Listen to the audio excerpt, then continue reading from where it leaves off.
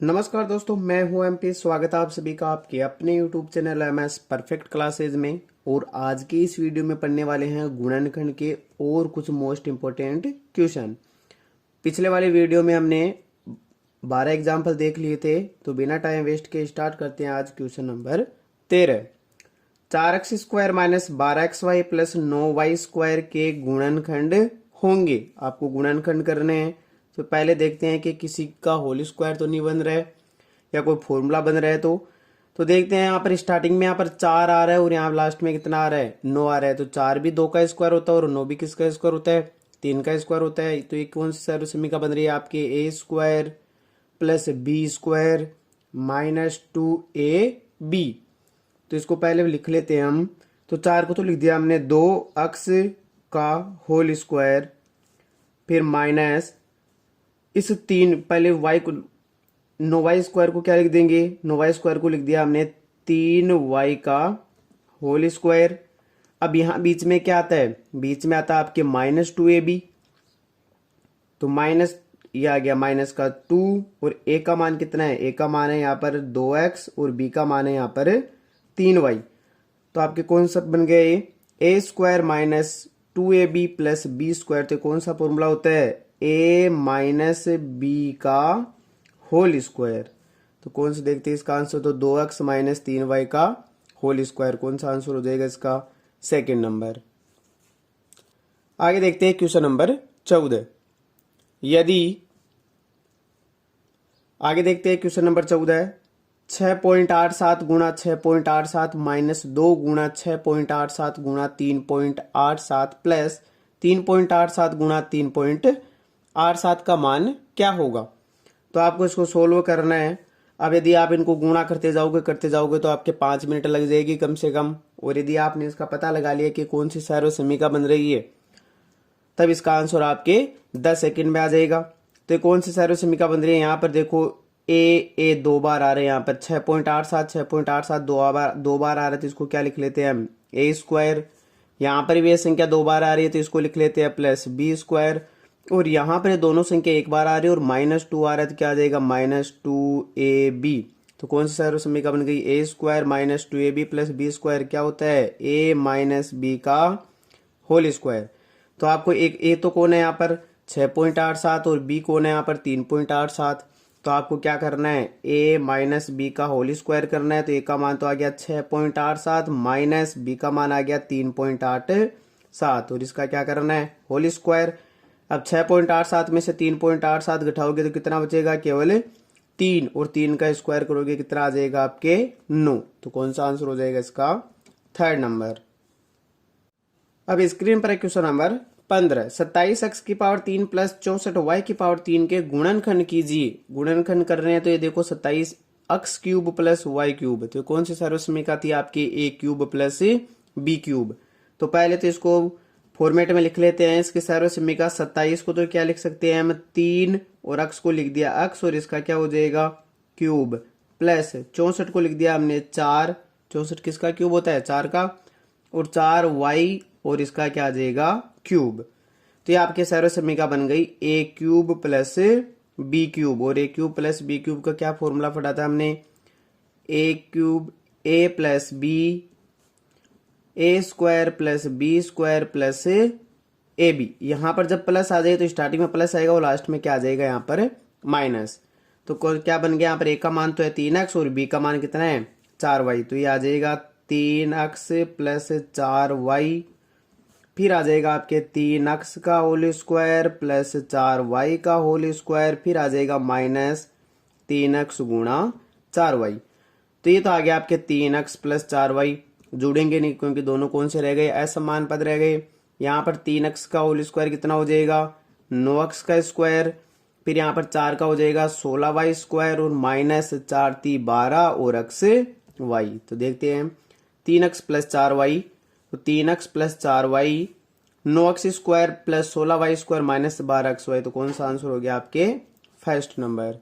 आगे देखते हैं क्वेश्चन नंबर 16। व्यंजक x की पावर 3 माइनस 2x प्लस 1 का एक गुणनखंड है। आपको इसके गुणनखंड बताने हैं कि इनमें से कौन सा इसका गुणनखंड है।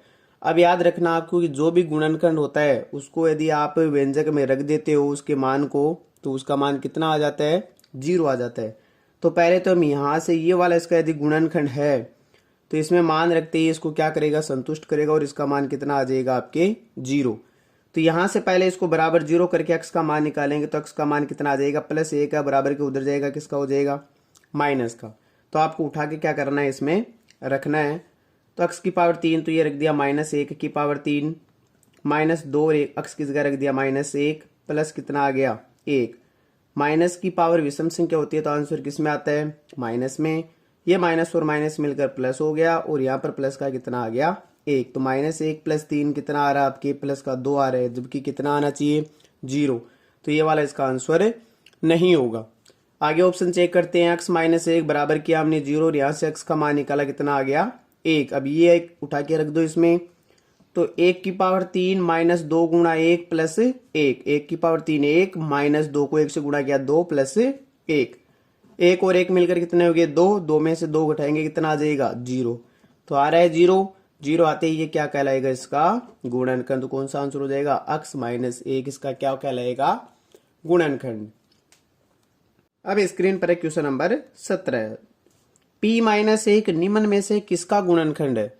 p - 1 के बारे में बताना है कि इन चारों में से किसका गुणनखंड है। और हमें पता है कि गुणनखंड, यदि ये गुणनखंड है किसी इन व्यंजकों में से तो ये उस व्यंजक का मान कितना बना देगा, 0 बना देगा। तो देखते हैं कि इनमें से चारों में से किसका मान है वो 0 आता है।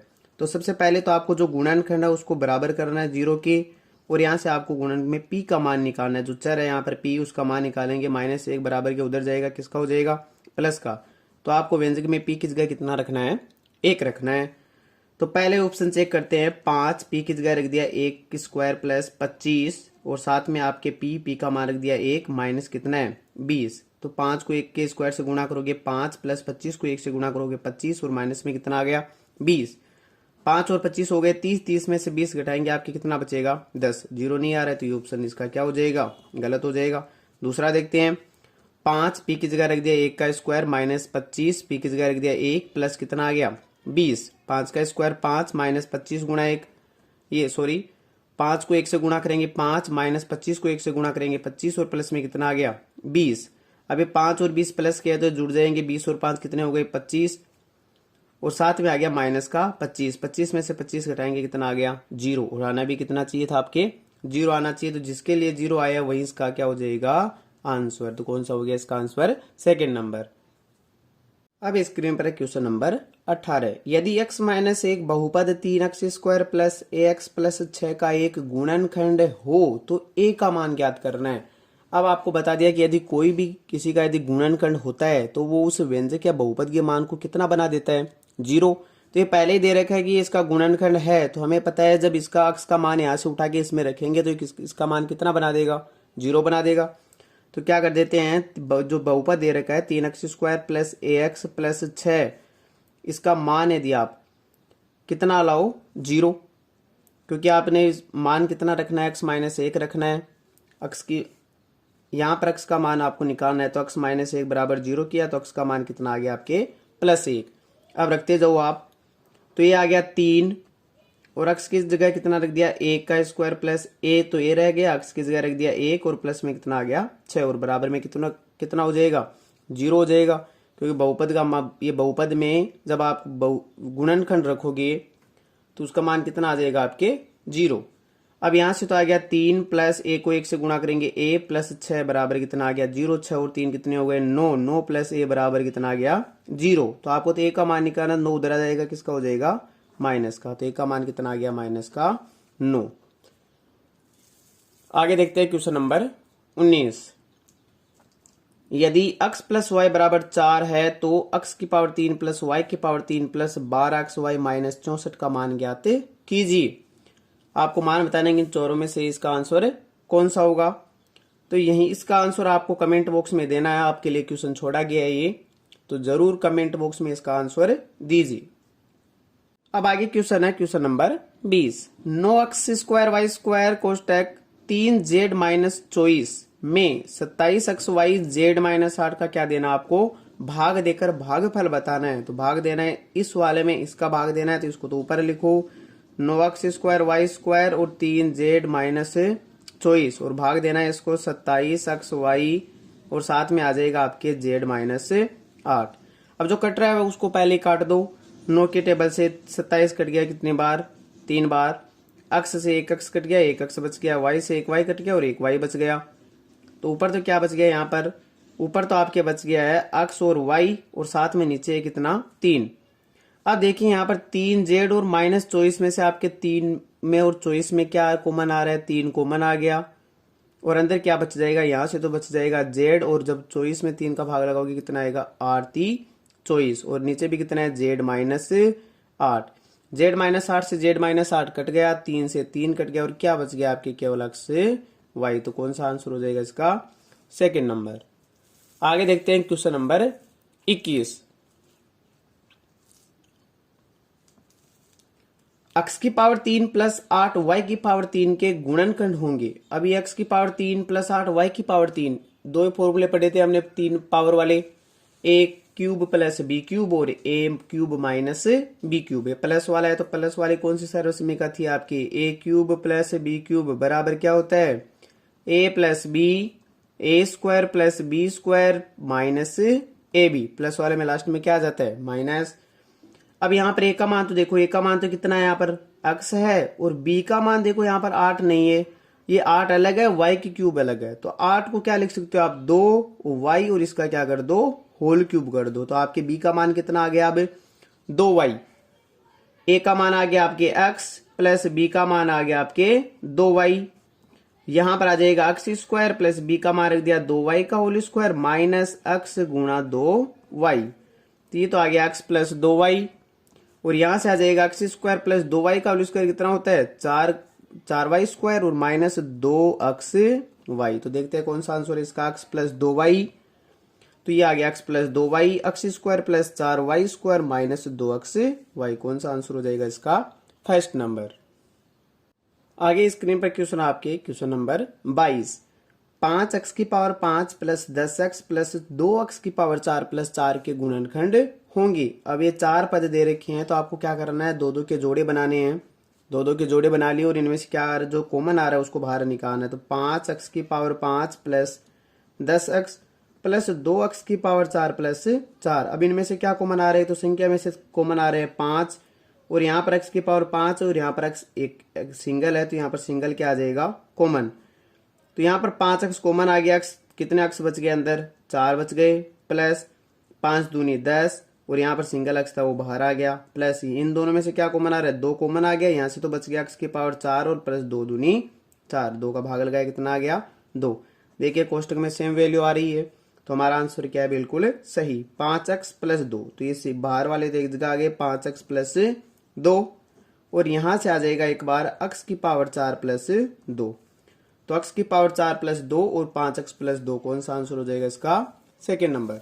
आगे आपके क्वेश्चन नंबर 23 कि 2x² माइनस 7x माइनस 15 के गुणनखंड कीजिए। अब एक गुणनखंड वाला आ गया लेकिन सर्वसमीका कहीं दिख नहीं रही कि कौन सी सर्वसमीका लगेगी।